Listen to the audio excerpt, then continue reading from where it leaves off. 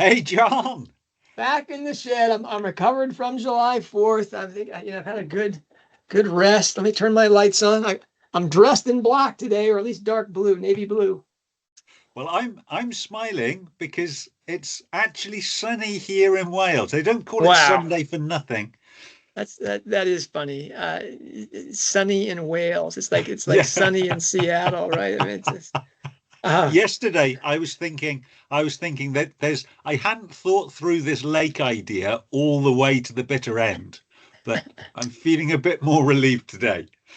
we've had rain and then heat and stuff like that. So it's Ah, actually very comfortable here in my shed. The daddy long legs and things, they're all here in mass, but they're it's cool enough that they're yeah. not really frantic.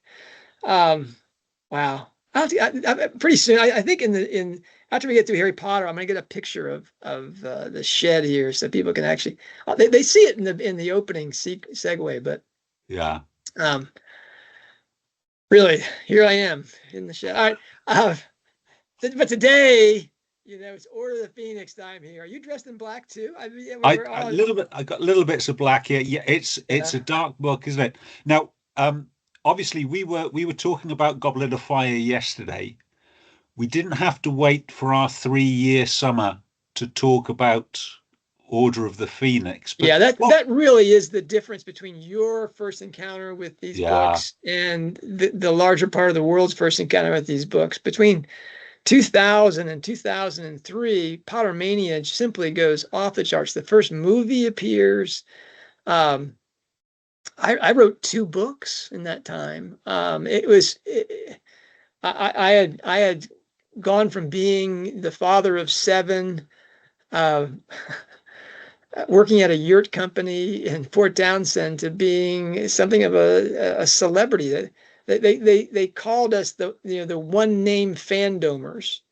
There was Melissa and Emerson and Steve. Those were the big one name fandomers, and I was kind of like the Neville Longbottom. I was the fourth one. John not being especially memorable, but uh, yeah, the 3 year summer, and you simply swiped left, and there was the book. I mean that's I got to the end of Goblet and Fire, and there was a little button saying, "Do you want to purchase Order of the Phoenix?" And I just sort of clicked yes, and there it was. seriously that's too funny. I seriously, here we go. This is the black book. This is the black book. Seriously, um, it is.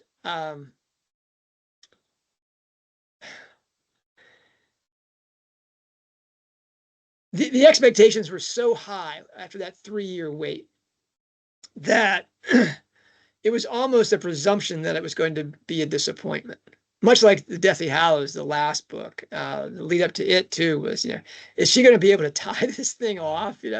Um, and in both cases, Rowling delivered. And in this case, delivered a book of such a mass, um, that someone said there's it was longer than the New Testament.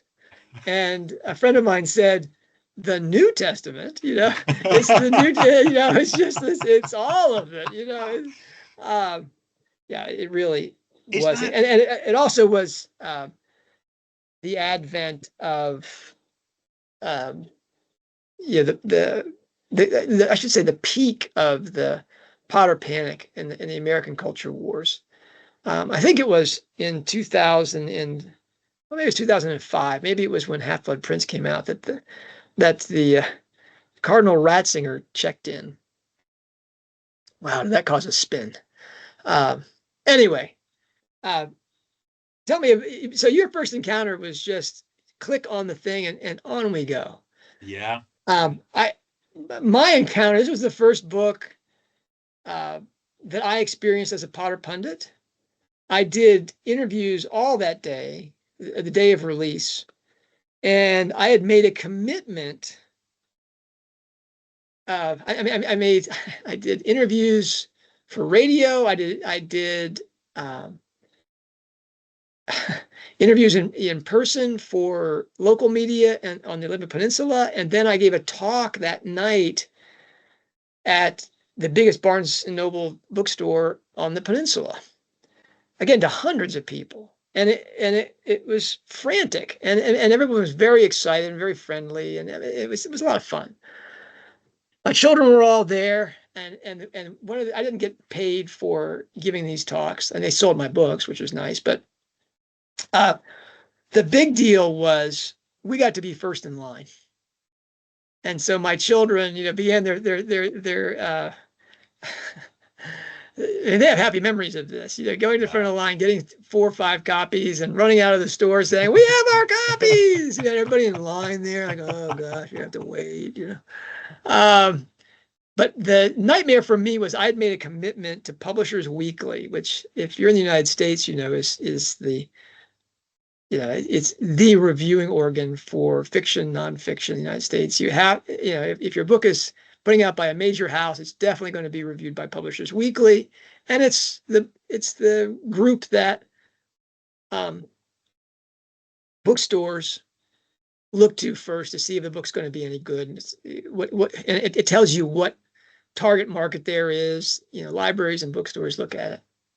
And so I was asked by Publishers Weekly to write a day of release review for Order of the Phoenix. Now, we knew it was a long book before it came out, but the real problem is that Publishers Weekly is headquartered, at least it was in 2003, in Florida, and they wanted this at 10 o'clock in the morning. And I thought, wow, I'm going to get it at midnight, 10 hours to read the book and do that. And then, of course, I get the book. It's midnight west of Seattle. And I realize I'm 3 or 4 hours after that. So it's already 3 o'clock in the morning, 4 o'clock in the morning in Florida. So now I have 6 hours to devour this enormous book and to write an intelligent review. And I can say that I did it, but I can say that I wasn't the same for about 10 days afterwards. I mean, it was I just going through it. And then, of course, I was very disappointed. I had put all my chips forward that Dumbledore was going to die in Order of the Phoenix. I just thought that was a given, that the wizard was going to die, and the last 2 books were going to be Harry on his own. And I still believe I was the only person at the battle between the Dark Lord and Dumbledore at the finish. That when the Dark Lord, sends out the killing curse, and Fawkes swoops in and saves and swallows the death curse. I think I'm the only person that threw the book across the room yelling, "Stupid bird! You ruined me. I was made." John Granger rooting for the Dark Lord was not something I'd ever pictured before. Was it in your card? Yeah, that was saying, okay, symbol of Christ, I got it. Wonderful. Vanquishing death. Okay, It really it was such a spectacular thing, and nothing that you can absorb in 6 hours. No. So we had 2 more years before the next book to dope it out, and in that time we were able to realize that it was really the Negretto of the series, and that's what I'm going to talk about today. But I want to hear about Rowling's Negretto. Negretto is the first and the, as I'll explain later, the darkest point of it's the time of disintegration, where all your ideas of yourself are exploded. And Rowling had a Negretto before she started actually to write these books. She had a couple of them. She had one that sent her to Portugal. I talked about yesterday as if that was this one, but and then she came back from Portugal. Anyway, I'm talking like I'm the lake guy. I'm not the lake guy. So So I'm gonna talk about one of the 7 ages of Jo, and as this is the dark book, this is the book after we have the first real visible death in Harry Potter right at the end of Goblet of Fire. Harry understands what death is, so he sees the Thestral, and we are now seeing all the characters just as that author with a chip of ice in her heart, wondering, who's going to live, who's going to die. And Rowling talks about her darkest period as her rock bottom. So in that Harvard commencement speech, the rock bottom from which she built herself back up again was her poverty. So I'm going to talk about poverty. Now, poverty in Harry Potter, most people assume to be the Weasleys. Yeah, they've got no money. They are a poor family. But that's not really what Rowling means when she talks about poverty. So Ron on the Hogwarts Express not having a very nice sandwich is not what Rowling means by poverty. So I'm gonna quote from the commencement speech. Actually, she says, and she talks about her parents. She says, I cannot criticize my parents for hoping that I would never experience poverty. They had been poor themselves, and I have since been poor. And I quite agree with them that it is not an ennobling experience. Poverty entails fear and stress and sometimes depression. It means 1,000 petty humiliations and hardships. She doesn't mention once not having things. She does talk about the shame she felt when people saw Jessica's toy box and how few toys they were in there. But actually, for herself, she never mentions she didn't have things. For her, poverty is the petty humiliations, the powerlessness, the being subjected to arbitrary authority. She talks about when she was a single mother.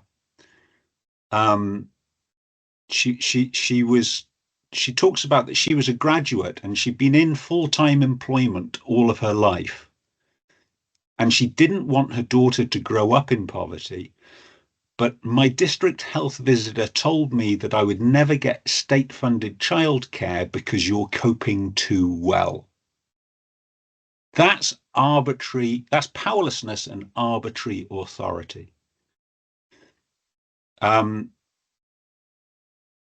Free nursery places for very young children were reserved at that time for children who deemed at risk. I can't argue with the prioritization of children whose mothers weren't coping, but I had nobody else to look after my daughter.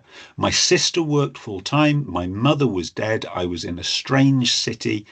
Where was my daughter supposed to go while I earned a living? And in here, she's talking, it's a piece she wrote for Gingerbread, which is a charity that supports single parents. She said, I ended up working a few hours a week at a local church where I overhauled the filing system and did a bit of typing. The minister let me bring Jessica with me.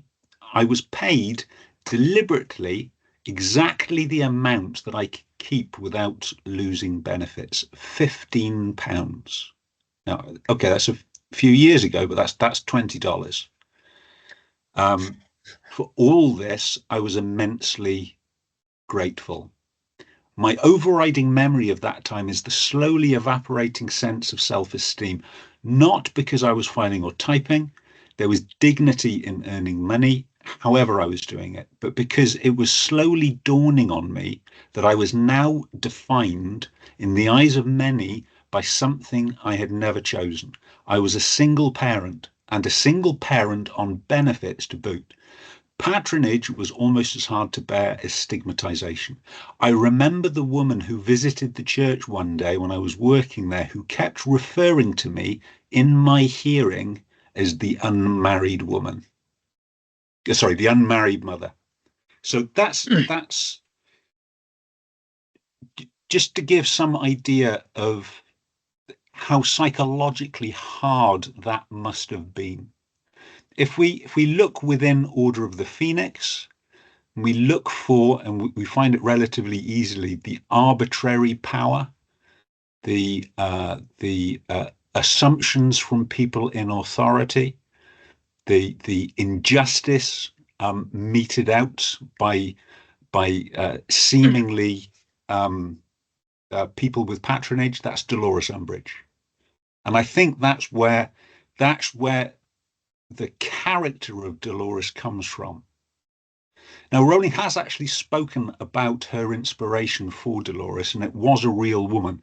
It was a teacher, but I think she's being uh, deliberately vague about who that teacher is. She says it was a teacher that she had long ago in a certain skill or subject. Now, skill is a strange choice of words, so I don't think it's a school teacher. I'm wondering if that could be somebody she came across as either a social worker or a health visitor or something like that. Maybe during her teaching instruction, right? Didn't she have to take It courses could, to be? yeah, it could even be that. But in terms of that arbitrary power, that arbitrary authority, the petty indignities, I think that's what's embodied in that book from that period in her life. Um, yes, I agree. I agree. It's not the inspiration for the books. There's a different crisis that, because obviously Yeah. this is well after, you know, she's Yes. working on the books at this Oh time. yeah, You yeah. know. Um, and that's its own mystery. You know, whence these books. Um, but in terms of, you know, the dark aspect of the Harry Potter series, and it's really the nadir of Harry Potter Yeah. is experienced in Order of the Phoenix. Now, Are you going to cheer us up now, John? no, I've come dressed, you know, for a funeral. You know, well, you told me there's a character, you know, some British television person that's just hands and face, Oh you yeah, know, finger bob. So finger our bob. our Not British our British watchers, can you recognise finger bob here? um, I tell you, from the American audience, that sounds pretty creepy, finger bob. But uh, really, I had talked about the literary alchemy of Harry Potter from my first book in 2002, and one of my first talks going back to 2000. And it was a weird conjunction of our interests. I mean, Rowling talked about, um, you know, she was asked, I think in 98, if she ever wanted to be a witch. And she said, no, no, no, I never wanted to be a witch, but an alchemist, that's a different matter. And she's read, you know, she read a boatload of books on the subject, and she said it set the magical parameters of the series. Now that interview largely disappeared until what, 2005 or something. Uh, only Lisa Bunker at Accio Quotes found that thing. And I was arguing that Rowling was writing in the literary tradition of literary alchemy, which is, I actually invented the phrase literary alchemy to describe this, to contrast it to, you know, the alchemy that's in a laboratory. This was not greeted well. You know, that I was saying that this woman on the dole, this single mother on the dole, was writing in the tradition of Chaucer and Shakespeare, especially Shakespeare, and the metaphysical poets and Yeats and Lewis, and that was, um, not greeted well. That was, man named Alan Jacobs, who at that point was at Wheaton College, didn't mention me by name, but openly ridiculed the idea of literary alchemy. This was someone looking for the secret key, and all things would be resolved if you understood this. And he contrasted it with the people who believed that William Shakespeare was Roman Catholic, and that's the key that unlocks all of the books and such. And he really thought that was not only ridiculous, but despicable. I've never gotten an apology from Alan Jacobs. When that interview popped up, and that Rowling has since confirmed that, yeah, the books have alchemy as their basis. But it not until Order of the Phoenix do we have it. Each one of the books, and I'll talk about this in a second, has the 3 stages of alchemy in it. But it's not until the death of Sirius Black at the end of the Black novel, the Negretto thing, that we really see the stages begin to come out. A man named William Sprague has since explained that the first 3 books are reversed, so it goes red, white, black, and then black, white, red in the last 3 books. So I need to explain. I'm not going to. I mentioned that.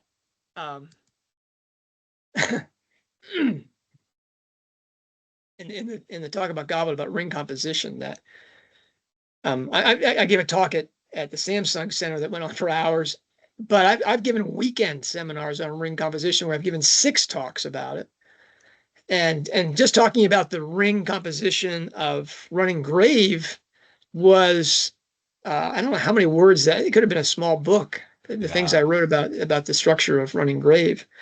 And I'm not going to, so I didn't go into all of the structural things to explain ring composition. And I'm certainly not going to go into all the things for literary alchemy, which when I first gave an online course about this, wizard reading formula was, 10 days of talks and discussion about the literary alchemy.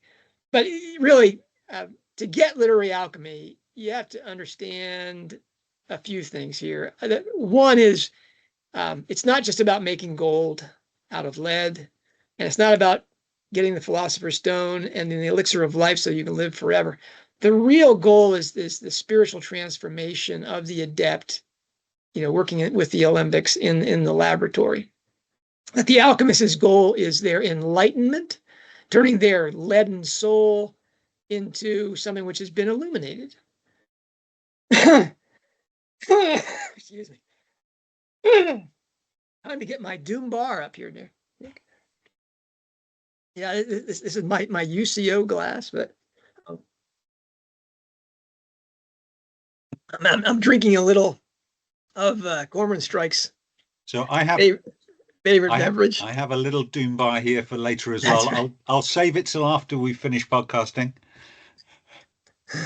I need a little help, Nick. That's just tea for those people there. When we get to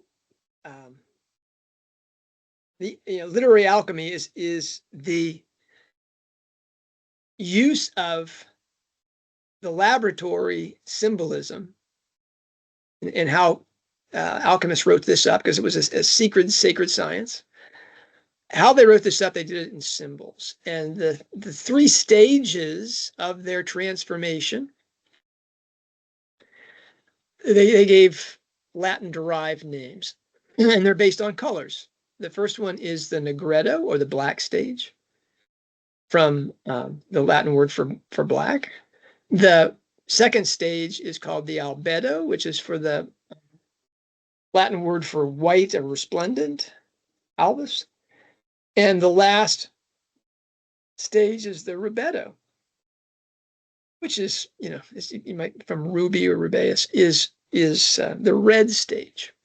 And these 3 stages parallel, and if you've studied comparative religion, of the 5 great traditions and the animic traditions, in spiritual transformation, they all have these black, white, and red stages. The black stage is of repentance and renunciation, where you say, I'm a sinner, basically, and I need means to help me have communion with God, however you define the absolute. And that stage is represented in alchemy as a burning stage, where the thing is, where the subject of the thing is destroyed and brought down to its prime matter. That's the black stage. You can just think of it as black ash if you want. And the next stage is the purification stage. You can think of it in terms of baptism, because it really is about water. Sometimes called not only the albedo, but the ablutionary stage, meaning the cleansing stage. And that's where this prime matter is purified, and the first stone is produced. And finally, after repentance and purification, you have the red stage, which is really the revelation of the purified person in the world. And spiritually, it's something akin to theosis or divinization. And those three stages are represented by colors: black, white, and red. In the black initial stage, this is all from Lindsay Abraham's book, A Dictionary of These Things, which is essential for understanding literary alchemy.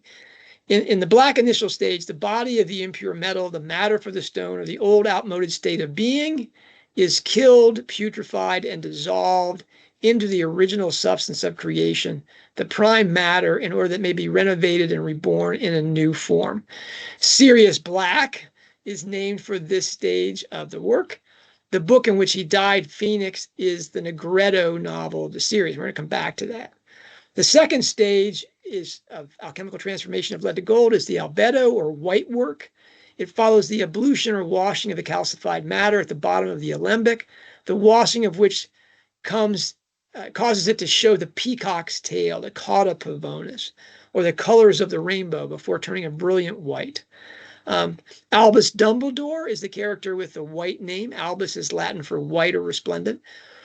Frequently used symbols of the albedo stage of the work in pictorial representations and descriptions of it are Luna, and a lily. Half-Blood Prince was Albus's book in many ways, because it features his tutorials with Harry to prepare him for the Horcrux Seek and Destroy before combat with Lord Voldemort, and because of his fall from the astronomy tower at the book's end. Now, you should notice that Sirius Black dies at the end of the Black Book. Albus Dumbledore dies at the end of the White Book. So when Deathly Hallows was coming out, we were waiting for the red character to die, which a lot of betting going on in fandom at the time, whether it was going to be Rubius, Hagrid, or what. Rubius, of course, survived. I think Nick Rubius survives because of an intervention from Diane.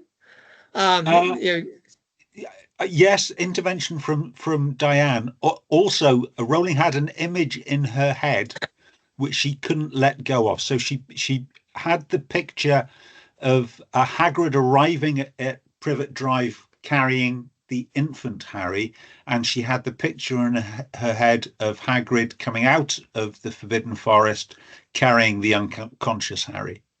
Right. Really, at that point, the La Pietà of the books. Yeah. So the third stage is the Rebetto, the red stage.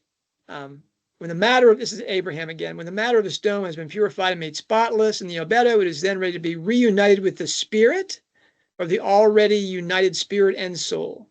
With that fixation, crystallization, or embodiment of the eternal spirit, form is bestowed upon the pure but as yet formless matter of the stone. At this union, the supreme chemical wedding, that's why Deathly Hallows starts off with a wedding, the body is resurrected into eternal life. As the heat of the fire is increased, the divine red tincture flushes the white stone with its rich red color. The reddening of the white matter is also frequently linked to staining with blood. And Rubius Hagrid has the red name. Rubius is Latin for red.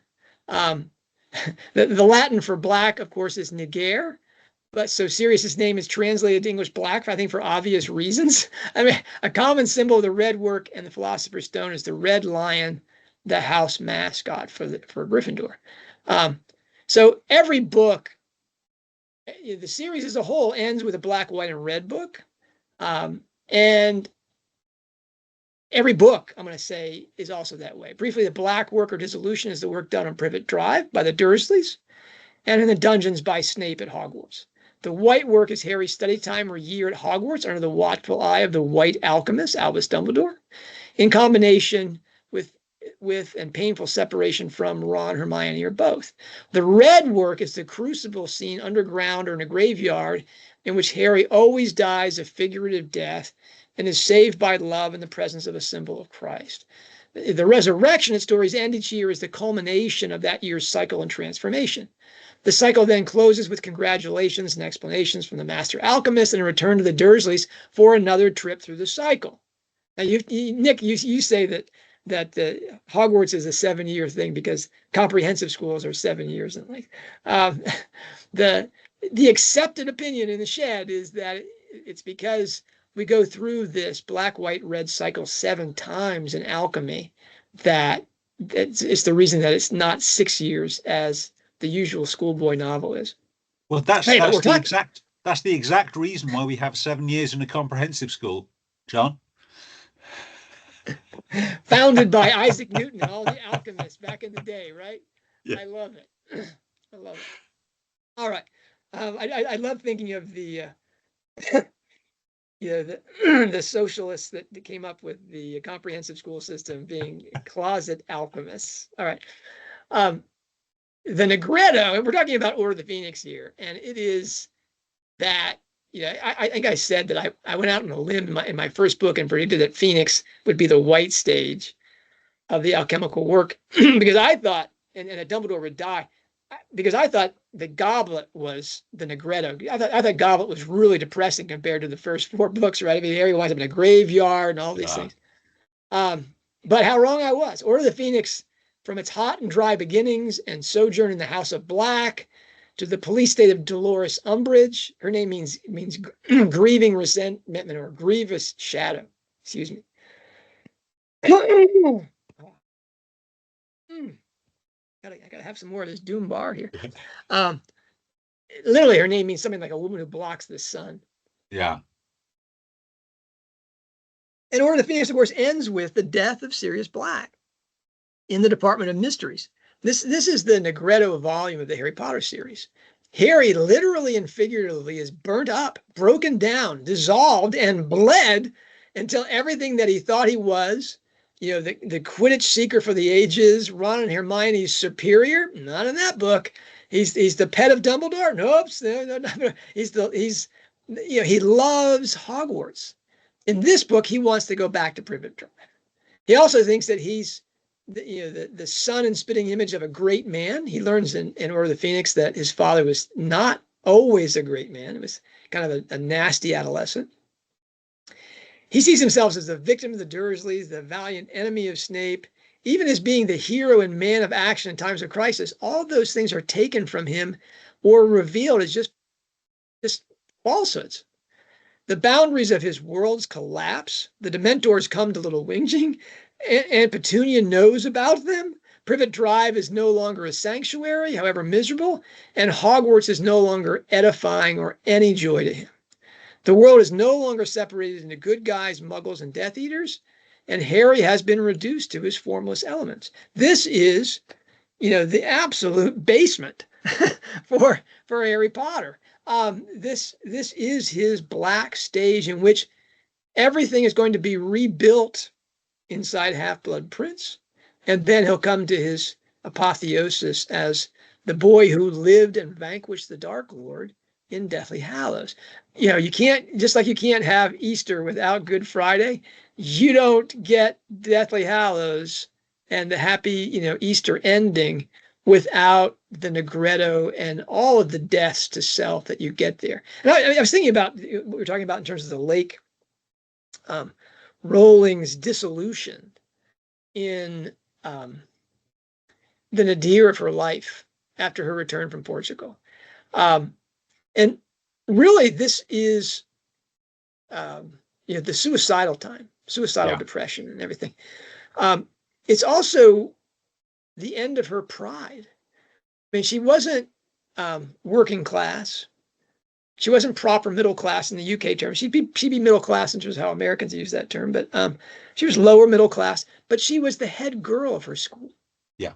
She was a person of some real accomplishment. And while she didn't quite fit in at University of Exeter in terms of it was Exeter is notorious, I think, in the UK for being sort of a prep school, a preppy school.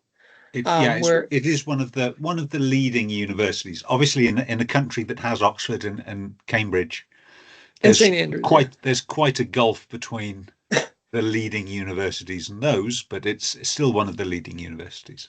Yeah, and the same thing's true in the United States. You've got Harvard, Yale, Princeton, and everything else in terms of prestige. But you mean in the UK, Cambridge, and St. Andrews, and then everything else.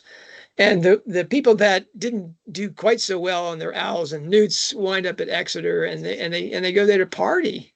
And Rowling really didn't fit in there as this lower middle class girl, head girl or not. That's a sad time.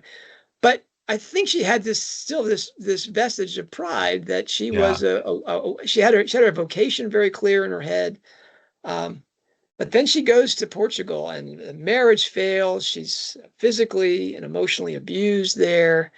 She escapes with her wife. And I think she said in the Harvard thing that she got as low as you can go in the United Kingdom without living on the streets. And here you see two aspects. One is Rowling is still a very proud woman. But having come through the negretto of feeling suicidal and only not coming to self-harm because of her daughter, that she was broken. Yeah. And with that came a humility and a determination that she couldn't have gotten any other way. And so Harry, the same way. Harry has to be totally broken of his identity of, he always wins. Harry always wins. He always defeats the Dark Lord. Or the Phoenix. Everybody in the Wizarding world half despises him because of the media attacks. He's no longer. People don't see him and whisper to each other, "Oh, there's Harry Potter, the famous Harry Potter." Instead, it's like there's that creep Harry Potter that's saying the Dark Lord is back. That is the broken down pride. Now, Rowling, something you didn't mention that surprised me is that Rowling to this day gives a sacrificial amount of her earnings in taxes every year. Yes. And she points to that time in her life, right? She is saying it would be horribly ungrateful to me that was saved by this safety net. Granted, it had large holes in it and it didn't help me as much as I wanted it to, but it kept me afloat while I wrote my book. That's a testimony that she came through that those 1,000 humiliations that she talked about with a greater self-understanding. Yeah, I think you never really appreciate a safety net such as we have in the socialist paradise that is the United Kingdom, and until you need it. And until you need it. If you don't need it, then it's a drain on society. But then when you need it, that's what lifts you up and allows you. And to be fair, Rowling did. She used that safety net as the platform. She said, I can't go any lower than this without seriously harming my child. This is as low as I go. From here, I build myself up. Now, of course, not everyone does that. But this is funny. People have joked about the parallels between my life and J.K. Rowling's. I don't have the success. I'm in my shed here. I'm with the daddy long legs. But I moved with 7 children from Houston to Washington State to get a job at a yurt company. And 6 months and a day after I got there, the company went out of business.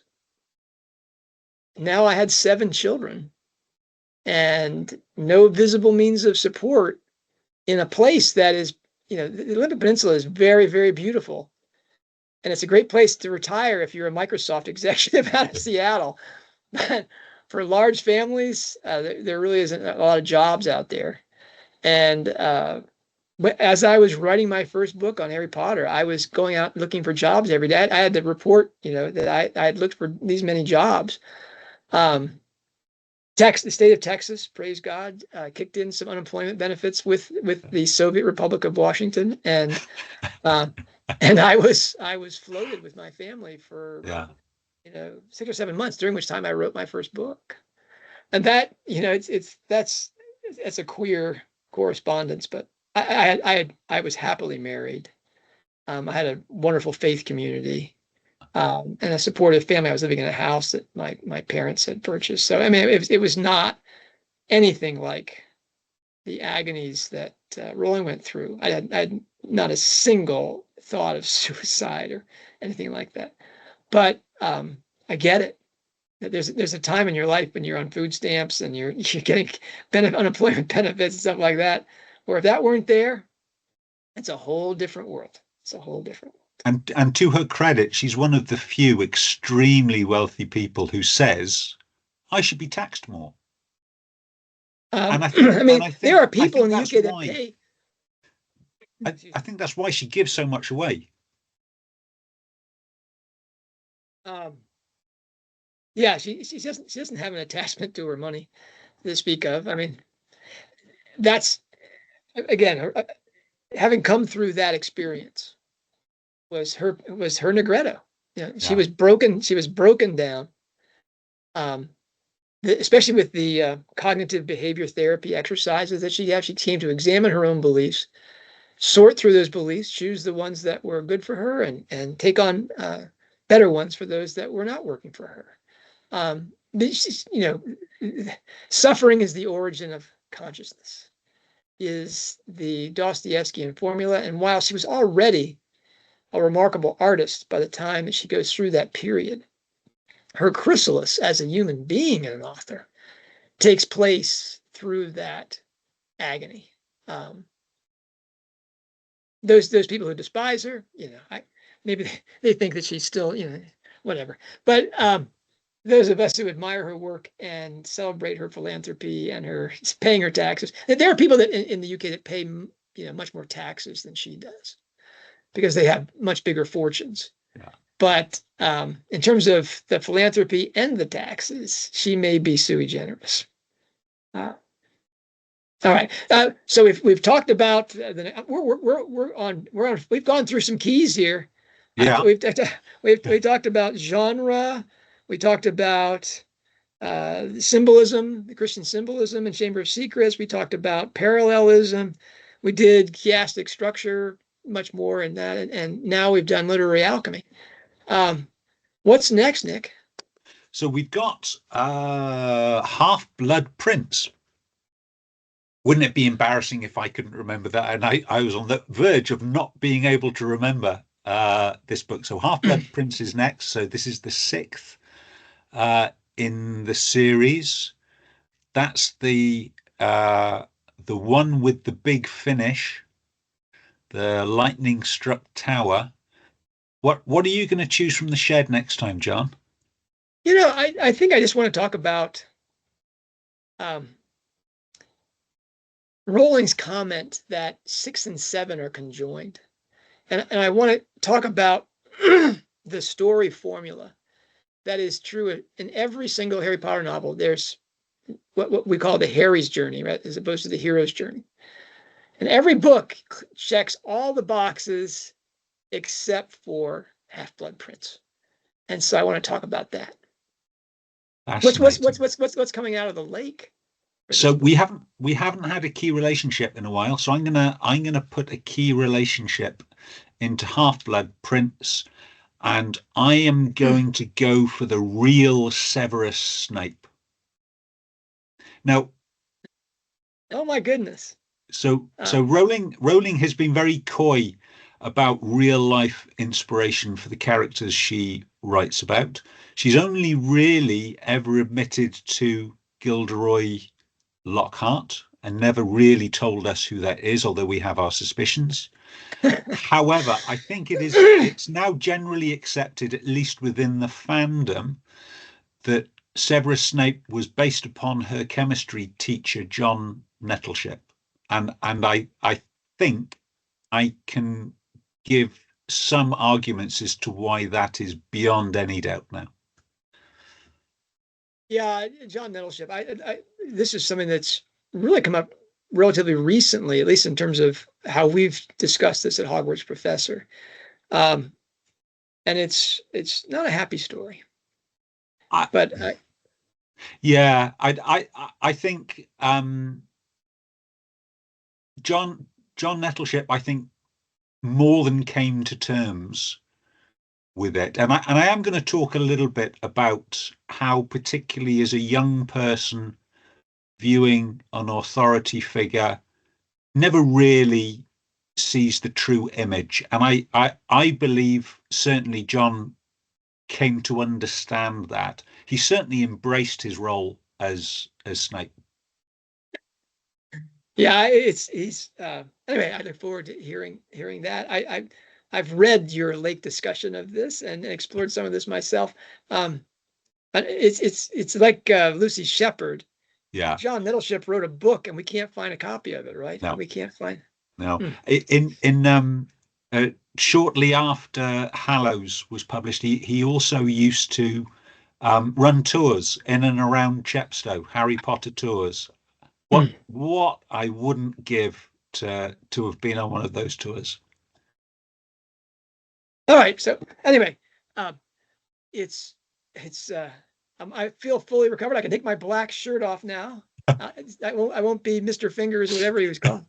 I'm gonna come back with I don't know what shirt I'll wear tomorrow. But anyway, this different color for Half-Blood Prince. Half-Blood Prince. Look forward to it, John. Take care. Bye now. Turn my lights off and get out of here.